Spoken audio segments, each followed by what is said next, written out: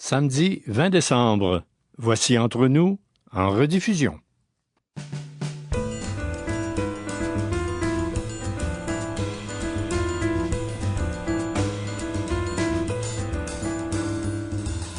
Mes invités aujourd'hui, Isabelle Duchesneau, Marc Girard, Éric Trudel.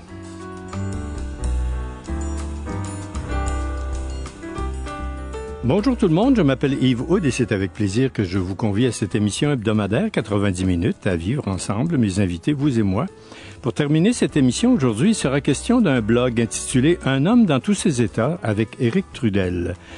En milieu d'émission, une entrevue avec l'abbé Marc Girard, exégète, pour son travail sur les premiers livres des psaumes.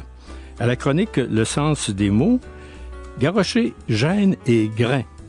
Le coup d'œil sur l'actualité, on parlera du recul du gouvernement face aux médecins et en ouverture, la santé mentale au monastère des Augustines avec Isabelle Duchesneau. Bonne émission tout le monde.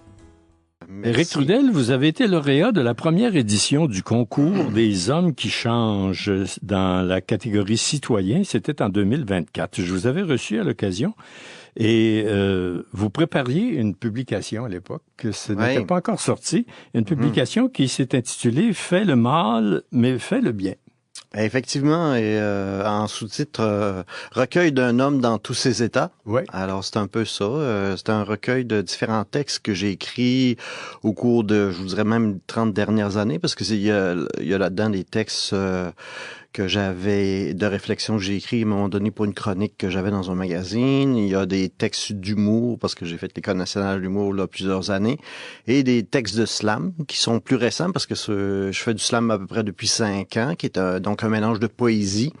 Le slam, en fait, c'est de la poésie, mais déclamée sur la scène, avec un aspect un peu performance. Puis il y a un peu une compétition entre les participants. Puis ça a des règles quand même aussi. Oui, c'est ça. À l'intérieur de ça. Vous me semblez prendre beaucoup de plaisir avec les mots. Oui, prends juste le titre, là, faites le mal, mais faites le bien déjà. Et le mot mal et le mot mal revient souvent dans vos oui, effectivement. Dans vos écritures. Effectivement, j'aime beaucoup jongler avec les mots. Très jeune, j'écrivais déjà. Au début, ça a été d'abord la poésie, mais donc les mots m'ont toujours fasciné. Puis en fin de compte, effectivement, j'ai comme utilisé différents médiums là, pour jouer avec ces mots-là. Cette année, vous auriez fait un geste de plus en fonction des mots et de vous exprimer. Vous seriez devenu blogueur. Oui, en fait. Mais c'est peut-être plus long que ça. Moi, je dis cette année parce que je viens de l'apprendre. Non, mais effectivement, ça a fait 2 ans, là. Ça a fait 2 ans au mois de décembre, là, déjà, là, que je suis inscrit à ce blog-là. En même temps, ça me donne une certaine discipline dans l'écriture parce que j'aime écrire, mais parfois, quand j'ai pas de délai, quand j'ai pas de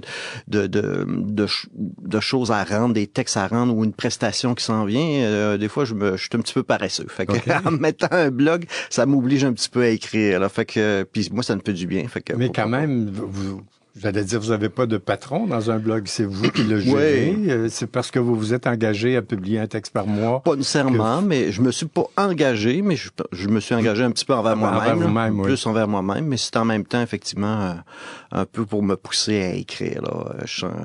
Vous avez gardé comme titre du blog le sous-titre du livre? Un homme dans tous ses états.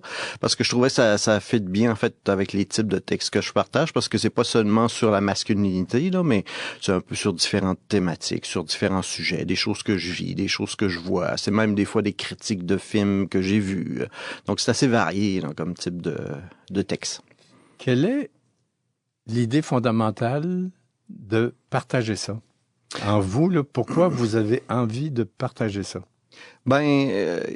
C'est comme une étape de plus parce que écrire pour soi, comme par exemple les textes qui se retrouvent dans le recueil que j'ai publié il y a pas tellement longtemps, il y en a plusieurs là-dedans qui étaient jamais sortis de mon tiroir nécessairement. Donc il y a comme un besoin quand même d'afficher, de se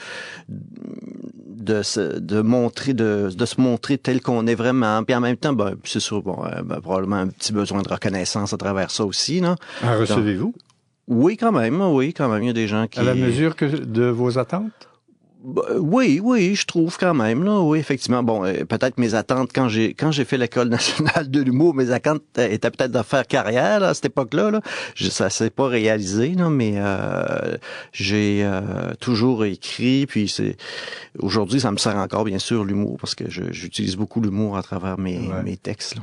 Les blogs, c'est quand même quelque chose d'assez particulier. C'est un créneau particulier par rapport ce qu'on appelle les réseaux sociaux. Ouais. Les réseaux sociaux s'enflamment souvent pour toutes sortes de choses et des querelles là-dessus. Sur le blog, est-ce que ça arrive qu'il y a comme de la contestation ou qu'on vient rajouter quelque chose, qu'on vient préciser? Ça m'est pas arrivé encore, là, mais disons que c'est une plateforme qui s'appelle Substack, qui est ouverte à tous qui ont envie de partager leurs écrits. Et puis de plus en plus, c'est une plateforme qui était anglophone, mais de plus en plus, il y a de francophones, de Québécois aussi d'ailleurs, qui sont présents sur cette plateforme-là. Fait qu'on peut retrouver plein de choses intéressantes. Puis moi, personnellement, à date, c'est sûr que la façon que ça fonctionne, c'est que on écrit sur le blog, puis on a des abonnés qui reçoivent comme une infolette, si on veut dire, du texte qu'on a écrit. Ouais. Donc, c'est sûr, c'est plus nos abonnés qui vont écrire des commentaires et tout ça, là. Donc, souvent, si les gens s'abonnent, c'est parce que ils sont intéressés par ce qu'on écrit, là. Donc, un des derniers textes que vous avez écrit, que vous avez présenté sur ce blog-là, c'était par rapport à un congrès qui avait eu lieu au cours de l'automne, je pense. En fait, je pense, vous parlez de la remise du prix hommage Guy Corneau qui s'est déroulé probablement cet automne. Oui, qui s'est fait dans le cadre, c'était pas dans le cadre d'un congrès, en tout cas d'un grand rassemblement. Oui, mais en fait, c'est ça. À chaque année, ils font une remise de prix, puis en même temps, il y a... Journée québécoise de la santé mentale. Oui, c'est ça. Effectivement, c'est toujours dans le cadre de la Journée québécoise de la santé et bien-être des hommes, là, le 19 novembre. Là, voilà. Ça avait lieu le 16. Qui chapeaute cette journée-là? Cette journée-là, en tant que telle, c'est le regroupement provincial en santé et bien-être des hommes, qui est un regroupement justement d'organismes en santé et bien-être des hommes, dont font partie Hommes Québec, là, que j'étais déjà venu vous parler là, antérieurement. C'est la fondation de Guy Corneau, ça? C'est ça. Québec, oui. Et puis... Autonomie aussi, qui existe à Québec. Exactement, qui font partie aussi de ce regroupement-là. D'ailleurs, Autonomie, cette année, était un des 2 récipiendaires là, du prix hommage Guy Corneau. Et le deuxième, c'était Monsieur Michel Doré, qui a écrit plusieurs livres là, sur la masculinité. Oui. Donc, c'était 2 récipiendaires qui d'autres renommées. Le thème de cette journée-là était « On t'écoute pour vrai ». Ouais. Parce que tous ces organismes-là rencontrent une sorte de problème, si on peut appeler ça un problème, une sorte de mur chez les hommes qui n'osent pas ou ne veulent pas se confier de peur d'être jugés ou peu importe la raison. Et là, on dit, on t'écoute pour vrai. Ouais, c'est une invitation à dire, viens chez nous, on t'écoute pour vrai. Mais en même temps, dans une journée de rassemblement de tous des gens impliqués dans ça, ils se parlent entre eux autres, là. C'est sûr comment on rejoint les autres qui sont pas là et qui ont encore peur de parler? C'est ça, effectivement. Les hommes, en général, sont plus difficiles à rejoindre. En tout cas, quand on parle de la demande d'aide des hommes, c'est souvent, effectivement, les hommes ont plus difficile à faire le pas vers la demande. Puis même quand ils le font, souvent, c'est quand c'est rendu un peu loin, ils sont rendus assez bas dans leur crise. Et puis, parfois, c'est rendu c'est quand même parfois tard parce qu'ils sont dans des moments où très difficiles. Oui. Tous ces organismes-là visent la santé et le bien-être des hommes, j'en conviens, mais moi, ça me pose une question dans la mesure où ils semblent recevoir ou ils invitent, quel que soit le problème, quelle que soit l'inquiétude, quel que soit aux hommes de venir frapper, mais qu'on vienne frapper à la suite d'une faillite, à la suite d'une séparation ou à la suite d'une perte de travail ou tout simplement parce qu'on passe la crise de la quarantaine puis on se comprend plus, ça ne demande pas les mêmes soins, ça ne demande pas la même écoute. Non, effectivement. Est-ce que ces organismes-là réfèrent à des autorités compétentes? Oui, oui. Ben, je peux vous donner l'exemple justement d'Homme Québec. Moi, j'ai été bénévole pour l'organisme Homme Québec. Puis, quand on reçoit des appels d'hommes, c'est sûr qu'il y a comme une partie filtrage qui se fait. Donc, on vérifie où l'homme en est. Est-ce qu'il est en crise? Est-ce qu'il y a une période où il a besoin vraiment d'un accompagnement peut-être plus individuel au début? Parce que Homme Québec, ce qu'il offre, c'est des groupes d'écoute et de parole pour les hommes, donc des groupes qui n'ont pas d'intervenants professionnels qui accompagnent le groupe, là. Donc, c'est différent que quand on va vers Autonomie, par exemple, qu'eux offrent un service individuel et de groupe aussi pour accompagner les hommes dépendamment de leurs besoins et tout ça. Là. Fait qu'effectivement, chaque organisme pour hommes, parce qu'il y en a qui sont spécialisés en violence conjugale, il y en a qui sont spécialisés en santé mentale, il y en a qui sont spécialisés ça peut être même pas nécessairement plus généraliste, comme par exemple au Québec, c'est pas les groupes qui existent, c'est pas pour accueillir des hommes en crise, parce que c'est vraiment des hommes, comme vous dites, mettons en transition vers la retraite ou etc. Ils ont besoin de jaser entre eux. C'est ça. Parler de leurs problèmes. On pense beaucoup en fonction que tous ces problèmes-là de santé mentale ou de bien-être de la condition, ça doit passer par les hôpitaux. Ouais. Ça doit passer par le système de santé. Là. J'exagère un peu. Mais on connaît mal, là, on vient de parler de deux, là, mais j'ignore, j'en ai pas personnellement besoin, là, mais quels sont les centres au Saguenay-Lac-Saint-Jean? Que sont les centres en Chaudière-Appalaches? Comment se font-ils connaître pour que des gens un peu en détresse pensent à les appeler? Effectivement, souvent, les hommes n'ont pas cette connaissance-là. D'ailleurs, quand ils sont rendus en période de crise, puis ils savent pas où chercher. Souvent, le fameux 811 ou l'info, je me souviens pas si c'est 211. Ouais, il y a le 211 qui donne aussi là, des références pour des organismes en différentes problématiques qu'on vit. Mais sinon, le 811, au moins, il y a une approche déjà. Là, ils peuvent vous écouter déjà en partant. Oui. Et ensuite, ils peuvent vous référer aux endroits où vous avez, selon vos besoins. Là. Vous avez mentionné tout à l'heure avoir fait partie de Homme Québec, d'y avoir travaillé comme bénévole. Êtes-vous toujours à la gestion nationale? Non, c'est ça. J'étais effectivement coordonnateur régional pour ici la région de Québec, mais là, pour l'instant, le travail m'a emmené en dehors de la région de Québec. Fait que j'ai dû laisser mon poste à l'équipe qui était là, parce qu'il y avait quand même une équipe de bénévoles. Là. Mais je m'implique encore de différentes façons. Puis pour moi, quand j'étais venu vous en parler, j'avais probablement dit que j'avais été 9 ans moi, dans un groupe là, régulier. Ouais. Là, absolument, les groupes se rencontrent aux 2 semaines. Et puis, même si on n'a pas de problème, si on n'a pas de difficultés dans notre vie, mais au moins on a un espace où on peut parler au fur et à mesure là, ce qu'on vit. Ça peut être des joies aussi. Là, c'est pas nécessairement ça. Oui. Des peines. Là. C'est pas juste des malheurs. Effectivement. Vous avez été là pendant de nombreuses années, mais vous faites ce travail-là en bénévole. Vous avez continué de faire ce travail-là en bénévole auprès d'Homme Québec. J'ai une curiosité, c'est de savoir, votre gagne-pain, lui, il consiste en quoi? Je toujours travaillé dans le domaine du milieu communautaire. Je travaille pour un organisme qui est une corporation de développement communautaire, une CDC. Ça, il y en a dans plusieurs régions du Québec. Là. Les CDC, c'est comme un regroupement de différents organismes communautaires qu'il y a sur le territoire. Et puis moi, j'ai le rôle d'agent de développement au niveau des communications. Donc, je m'occupe du site Internet, je m'occupe des réseaux sociaux, je m'occupe des contacts avec les médias, je représente la CDC sur différents comités. Pour moi, c'est toujours été important d'avoir un travail qui a un sens, là, qui a quelque chose derrière, qui apporte quelque chose à la société. Fait que pour toujours travailler dans le milieu communautaire de différentes façons. Là. Lors de la journée dont on parlait tout à l'heure, la journée où a été remis le prix Guy Corneau, je ne sais pas à quel titre, vous avez été invité à un moment donné et vous avez été interviewé par l'animateur de cette Martin Léon, activité, le chanteur, compositeur, auteur Martin Léon. Et vous lui avez dit que quand vous avez été intimidé quand vous étiez jeune. Je dirais que à peu près tous les jeunes sont intimidés d'une façon ou d'une autre. Il y a toujours quelqu'un pour nous trouver une coche qui convient pas. Puis on le prend mal ou on le prend moins bien. Mais ce qui m'a frappé, c'est que vous parlez des modèles stéréotypés de la masculinité dans lesquels vous ne vous reconnaissiez pas. Et c'était ça votre grand questionnement. Pourquoi les autres avaient l'air à bien se modeler à ces modèles-là, alors que vous... Ben, j'étais un petit gars très, très sensible, même, je dirais, hypersensible, là. Donc, puis comme on parlait tout à l'heure, moi, j'étais plus porté à aller vers la poésie, l'écriture. En plus, je vivais dans un village de 600 habitants où c'était la chasse, la pêche, le VTT, motoneige. Je fitais pas tellement dans le décor. Ouais. La réparation des moteurs, là, c'était pas tout à fait... Non, c'était pas vraiment ma force, là. Ouais.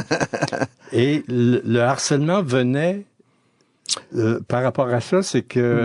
Ouais, j'étais trop sensible. Fait que les autres enfants me faisaient pleurer facilement. Fait que ça les amusait. Ça les amusait, c'est ça. Ils trouvaient du plaisir à ça. Puis même que les professeurs, au début, ils intervenaient, mais à un moment donné, même eux se tannaient, là. Puis ils me laissaient aller. Puis ils s'en occupaient plus, là. Avez-vous, dans ces circonstances-là, tenté de vous modeler au modèle, justement, là? Ouais. Peut-être aller faire du skidoo s'il faut, puis aller à la pêche ou à la chasse, même si on n'aime pas ça. J'ai essayé, mais j'ai pas eu grand succès. Non. J'ai essayé même faire du trapage, là, dans cette époque-là. Je me souviens, j'avais même oublié d'attacher mon piège. Fait que l'animal était parti avec le piège. Fait que c'était pas un succès, mon affaire. Faut pas le raconter aux autres. Non, c'est ça. Fait que, mais non, effectivement, c'était pas, oui, quand on est jeune, en plus, souvent, on veut comme faire partie de la gang. Hein. Ben fait oui. que, Oui. j'ai essayé fort, mais j'avais pas, j'avais très difficile là, à faire partie de la gang. À quel moment dans votre vie c'est venu nécessaire d'aller l'exprimer? Prenons Réseau Homme Québec. Peut-être vous êtes passé par d'autres canaux avant, mais que vous avez eu besoin d'aller à Réseau Homme Québec. Je dirais dans la vingtaine, là, vers un milieu de vingtaine, je pense à peu près, là, si je me souviens bien. C'est sûr que l'écriture, comme je vous disais tout à l'heure, ça commençait déjà à l'adolescence. C'était comme une forme d'exutoire un peu. Là, ça me servait effectivement pour exprimer ce que je vivais. Ça a été quand même, je pense que ça m'a aidé beaucoup, là, l'écriture déjà au départ. Là, fait que ça me suit là, depuis toujours. Mais les groupes, je pense que c'est un peu effectivement la mi-vingtaine à peu près là, que j'ai commencé. J'ai vu bien sûr là, l'époque les rencontres là, avec Jeannette Bertrand, Parler pour parler, là, qu'il y avait, je pense une fois par mois, il y avait Guy Corneau avec un groupe d'hommes. Là. C'est là que j'ai vu première fois, là, mais ensuite... C'est là qu'il a parlé justement de son projet, de sa fondation, puis que ça a commencé à se répandre. Les groupes, j'imagine en 9 ans, les groupes ont dû varier. Vous n'avez pas toujours été avec le même monde pendant 9 ans. Il y en a peut-être qui... Presque, oui. Presque. Il y en a que, oui, effectivement, il y en a peut-être 2 qui ont entré-sorti, mais je vous dirais, on était sur 8, hein, on était pas mal 6 là, réguliers. Là. Okay. Il y en a qui ont... Est-ce que vous avez trouvé là d'autres gars qui ne se reconnaissaient pas dans les stéréotypes, ou s'il y en a qui étaient du stéréotype, mais qui avaient besoin. Donc, il n'y a pas juste les intimidés qui ont besoin d'aller là. C'était peut-être une réunion d'intimidés, à votre compte. Peut-être, mais c'est ça que je veux savoir. Est-ce qu'il y avait que des intimidés qui étaient là, ou s'il y avait des gens qui appliquaient le modèle, mais qui aussi rencontraient des problèmes, puis ils frappaient des murs? Je me souviens pas qu'on a parlé de cet aspect-là, mais tout ce que je peux dire, par exemple, c'est ça, c'était tous des hommes qui avaient comme un cheminement personnel un peu quand même de fait, dans le sens que, ils s'étaient posé des questions, puis c'est sûr que souvent, les hommes, c'est vers la quarantaine à peu près qu'on commence là, à se poser des questions, puis tout ça, là, la crise de la quarantaine et tout ça. Fait que souvent, les groupes d'hommes Québec, c'est plus dans la moyenne d'âge, c'est à peu près ça, 40-50 ans. Là. Donc, c'est pas nécessairement des jeunes hommes, il y en a, mais c'est quand même minoritaire. Oui. Pour ce que vous en savez, Éric Trudel, par votre expérience puis votre bénévolat auprès de ces organismes-là, c'est de plus en plus recherché ou ça perd un petit peu de... Comme je vais vous donner un exemple. Il y a été une période où des sessions d'approfondissement, là, on avait toute fin de semaine une sorte de groupe qui se lançait, puis je sais pas, là, si j'en voulais une, je sais pas où la trouver, il y en a de moins en moins. Ouais. Est-ce que... je dirais qu'effectivement, quand Guy Corneau s'est un peu éloigné d'Homme Québec, c'est sûr qu'ils il y a eu comme une perte un peu là, de visibilité, bien sûr. Puis aujourd'hui, mais quand on parle de Guy Corneau, peu de gens Ils savent plus c'est qui. Ils savent plus c'est qui. Fait que c'est sûr que ça n'a pas le même impact. impact. C'est un peintre qui a vécu tout ça. C'est ça. Fait que ça n'a pas du tout le même impact, là. Mais c'est sûr que c'est plus difficile, là, parce que ce qu'on prend conscience aussi parfois j'ai été dans les groupes de réflexion par rapport à tout ça, puis on se comprend conscience, c'est que les hommes ont besoin d'être plus dans l'action que seulement dans le partage là, verbal. Pour eux, c'est pas tous les hommes qui sont à l'aise là-dedans. Là. Il y en a qui ont besoin d'être en action, de faire quelque chose. Oui, ils vont parler, mais il faut qu'ils soient en mouvement, en train de faire quelque chose. Là. D'accord. Si on revenait à un mot à votre blog, pour qui serait intéressé à vous lire une fois par mois, là, on fait quoi? En fait, si vous tapez un homme dans tous ses états, en principe, je pense que vous devriez arriver soit sur ma page Facebook, j'ai une page Facebook. Mais il faut s'inscrire aussi sur la plateforme Substack, c'est gratuit, mais il faut quand même comme s'ouvrir un compte si on veut. On s'ouvre un compte, puis à ce moment-là... C'est pas très compliqué, c'est pas très engageant. Non, c'est ça, c'est pas compliqué. Ils veulent un nom, pas un numéro de téléphone, un courriel, mais une adresse courriel. C'est ça. Puis à ce moment-là, en étant abonné à mon blog, vous recevez l'infolette quand il y a un texte qui sort. Là. Oui. Avez-vous beaucoup de likes pour faire moderne? Là, pour l'instant, je suis rendu à 75 abonnés. Là. C'est correct, là, mais c'est sûr que je suis pas quelqu'un de connu. Là. Il y en a, entre autres, il y a même Kim Lizotte qui est l'évêque Lizotte qui est présente sur... Il y a même Jean-François Lisée pour... Ben oui, effectivement. Ben oui. Fait qu'il y a des noms plus connus. C'est sûr que je pense qu'ils doivent dépasser plus largement. Peut-être qu'ils ont pris ça. C'est à souhaiter que ça continue de grandir puis que des gens profitent de ces écrits, de vos talents. Merci. Éric Trudel, merci beaucoup pour votre passage chez nous. Merci à vous de m'avoir reçu.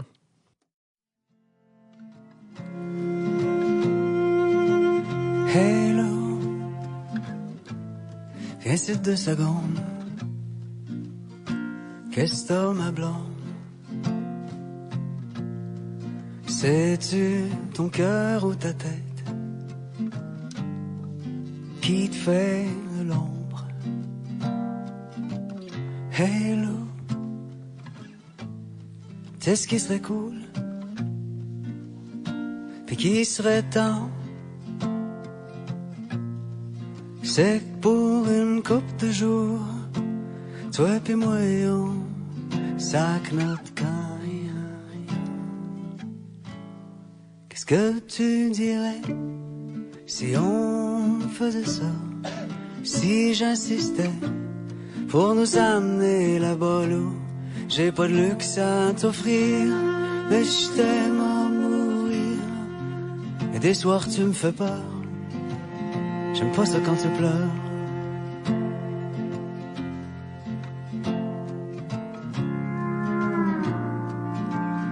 Hello, est tellement, tellement belle, jour et nuit. Comme une rivière dans son lit. Viens, mon ami. Non, là. Non, pas pour fuir le monde.